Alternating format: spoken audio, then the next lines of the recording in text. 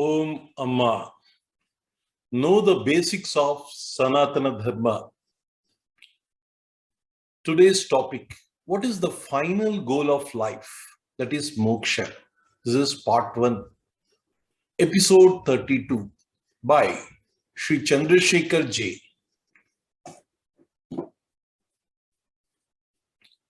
Dear friends, the purpose of life is to know who we are or to know our true nature, says Amma, that is Mata Amritanandamayi Devi. Our sages said our true nature is eternal happiness, that is Amrita Ananda. Amrita means eternal, Ananda means happiness, or Satchit Ananda, existence, knowledge, bliss. They said we have to explore it within, not outside, and realize it. They called the state as moksha, the freedom from sorrow, because absence of sorrow is happiness. Absence of darkness is light.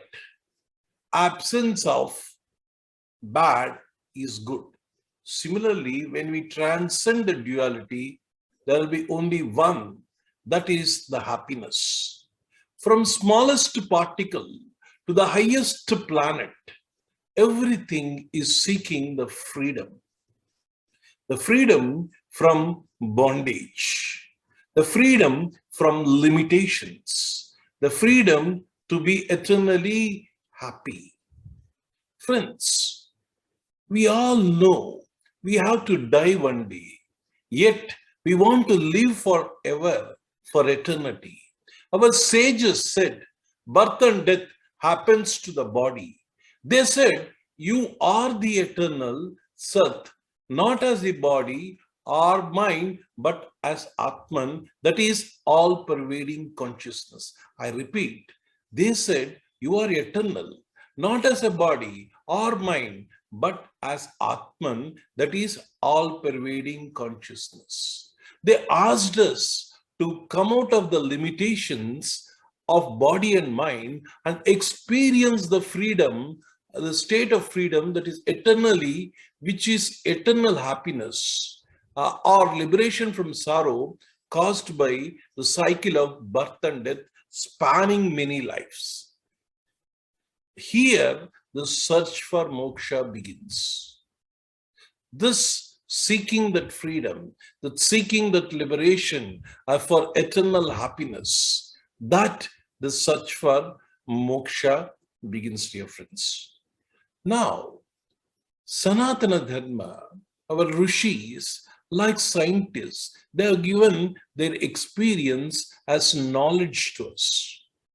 That knowledge, they have given various paths and gradual methods to prepare an individual as per his innate samskaras or for the state of moksha without losing the joy of life.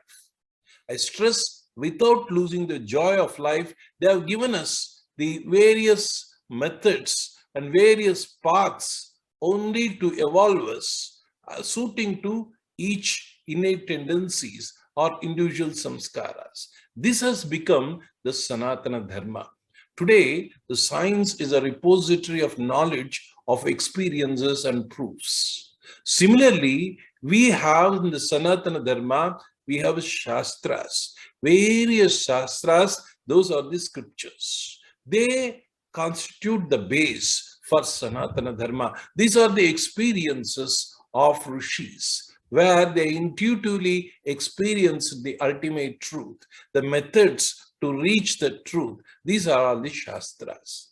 From Shastras, they have given us the practical methods that are to be followed to reach the moksha. They are called as dharmas and karmas for the daily life. That comes as a second layer of Sanatana Dharma. The third layer is practice, that is sadhana. Apart from the daily day-to-day life, people who intend to become free or who wanted to seek moksha, they do a sadhana. That sadhana are of two types. One is nirguna sadhana and other is saguna sadhana.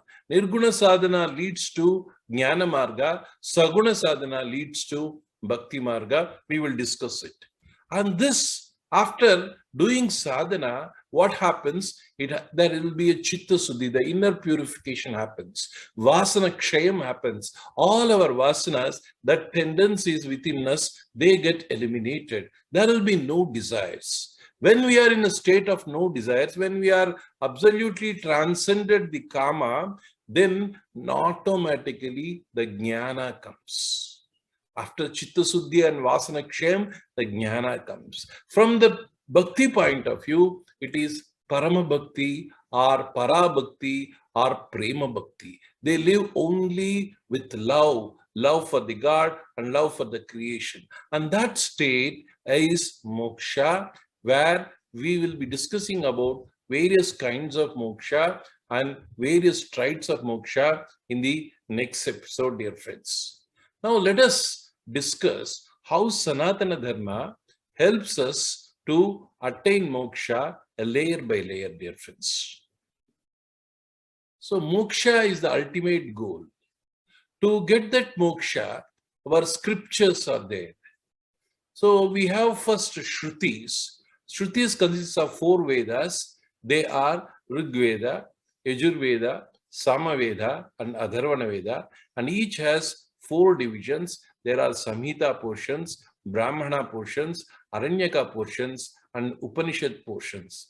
These are Shrutis. To read Shrutis, you should be qualified in six Vedangas.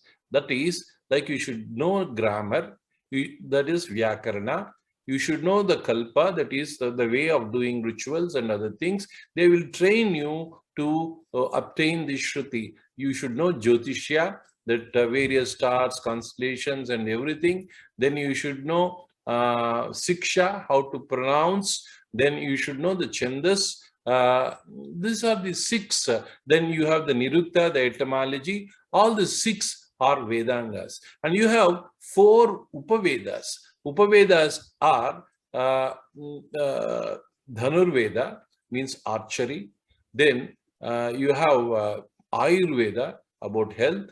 Then you have Dharma Shastras, Artha Shastras, and then you have Gandharva Veda. Artha Shastra means economics and politics, and Gandharva Veda means music, art, and everything. Dear friends, this is how these 4 Upavedas are there. Now, dear friends, we have Shrutis. Shrutis are eternal, Shrutis are not eternal. Shrutis change according to thing. Already we have discussed about it. They are Dharma Shastras. Now we have Itihasas. We have 2 Itihasas. Itihasas means history. It means as happened. So we have 2 very famous Itihasas, Ramayana and Mahabharata. Now, 18 Puranas we have written by Vyasa, which consists of geography, history of various kings and episodes. Mostly we can call it as case studies. How Dharma, Artha, Kama and Moksha are obtained. All these things are discussed in 18 Puranas. Now we have 6 Darshanas. Those are 6 philosophies of obtaining the Moksha. We have Yoga, Yoga Darshana. We have Sankhya Darshana. We have Vaisheshika Darshana. We have Nyaya Darshana, and we have Uttara Mimamsa and Purva Mimamsa. Uttara Mimamsa is mostly karmic rights, and Purva Mimamsa is karmic rights, and Uttara Mimamsa are Upanishad part of it. Now, dear friends, we have the last are Agama Shastras. Agama Shastras are the manuals of worship. They have mantra, tantra, and yantra, and how to build the temples and what are the ways and other things. These are all the scriptures. These are all the basic layer of Sanatana Dharma. From here, the whole power comes. And among all these things, Vedas are the prime. From Vedas, everything has evolved. Now, we have Dharma and Karma for daily life. That is cultural aspect of it, or daily implementation of it, or practical steps of it. Now we have Varna Dharma. We have already discussed. Brahmana, Kshatriya, Vaishya, Sudra. Then we have Ashrama Dharma. We have already discussed Brahmacharya, Gruhastha, Vanaprastha, and Sannyasa. So each stage will prepare you for the final moksha. If we really look at it, so from the Sudra state, we have to reach the Brahmana state. I mean not birth, but Sudrahood to Brahminhood. Anybody can obtain that. Now, Purusharthas. Here, three vargas are there. That is Dharma, Artha, and Kama. To reach the final goal, Parama Purushartha, that is Parama Dharma, that is Moksha. Now we have Kamya Karmas. These are all yajnas. So whatever we intend to achieve, we desire. So we seek the divine. We do a yajna. We do some karmas. Those are all called Kamya Karmas. Like Putra Kameshti, you don't have children. You will try to do the Kamya Karma. That is yajna for Putra Kameshti. Now you have Naimittika Karmas. There are 16 samskaras from our parents getting one through union to our death, and after that we have various samskaras. So all these things, Namakarana and various other samskaras, are the Upanayana, all these samskaras are there to purify us. So these are all Naimittika karmas which happen at special occasions. Now we have Nitya karmas. These are all Pancha Maha Yajnas that we have already discussed. That is Daiva Yajna, Pitru Yajna, Rishi Yajna, then Manushya Yajna and Bhuta Yajna. We are indebted to all these five beings. We have to do this as an obligatory duty to all these five beings. So this is Nitya Karma. And Prayashchita Karmas, whatever sins we have done, we have to do some Prayashchita, means we have to ward off the sin by doing a karma. This is called as Prayashchita Karma. So this is how our rishis have designed the practical steps for our inner purification. As our mind gets purified, we get evolved, dear friend. Now, after this, these are all for daily life. Now, to intensify it further, it is called as sadhana, that is practice. So, there are two kinds of sadhana. One is nirguna sadhana or saguna sadhana. People call it as nirguna upasana or sadguna upasana. So, but let us call it as sadhana. So, dear friends, in nirguna sadhana, without attributes, that is, you seek the jnana marga. That is, you don't have Brahman without attributes, formlessness, and you do have vichara, and you try to find your own self. Upanishads helps in this, dhyana yoga and self, and various jnana margas are there. Now, saguna sadhana with attributes of Ishtamurtis. We will be discussing about all these things, Ishtamurti and everything. We have Navavidha Bhakti Margas. So we will again discuss all these Navavidha Bhaktis. And we have 16 or 64 upacharas. We invoke the god and we sit near the god. We give him everything. We as if we talk to the god as if we are talking to the human being. Means we are invoking the energy and we are trying to become one with the god. This is how we take water from a river in a pot. Similarly, we keep an idol and we invoke the idol through our mind, through our mantras, through our japas, and through various rituals. This is what is called saguna sadhana, dear friends. Now, there are various methods. Japa, dhyana, seva, kirtana, all these things are Navavidha Bhakti also it will come. Then Bhakti Yoga and Karma Yoga aspects of it are Saguna Sadhanas. In Karma Yoga, your work becomes worship. If you are an artist, that art becomes the worship. If you are a dancer, that dancing becomes the worship. You will try to worship the divine and you will take everything as the prasada. It is puja manobhava and prasada buddhi. So this nirguna sadhana and saguna sadhana gives us chitta suddhi and vasana kshayam. All our innate tendencies over a period of time will vanish, or with the help of the guru, we can achieve the chitta suddhi by practicing whatever he says. He prescribes a method for us according to our samskara. Like a doctor prescribes a method, doctor prescribes the medicine according to the disease of the patient. Similarly, Guru will prescribe the particular method, particular japa, particular thing which we have to take with all sincerity and try to achieve this. So once we get Chitta Suddhi and Vasana Kshayam, we will reach a state where there are no desires. So that state you will be seeing the whole creation as your own self. That is Jnana Marga. Seeing your own self as yourself, that is Jnana Marga, which will lead to moksha.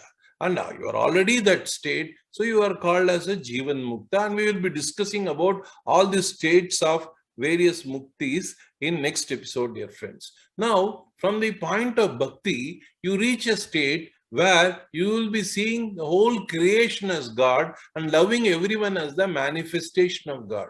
I'm not talking about the ordinary bhakti. Here it is the prema bhakti. The prema bhakti means you love the God for the love's sake. And you see the God everywhere. You'll be only thinking about God. You don't differ with the God.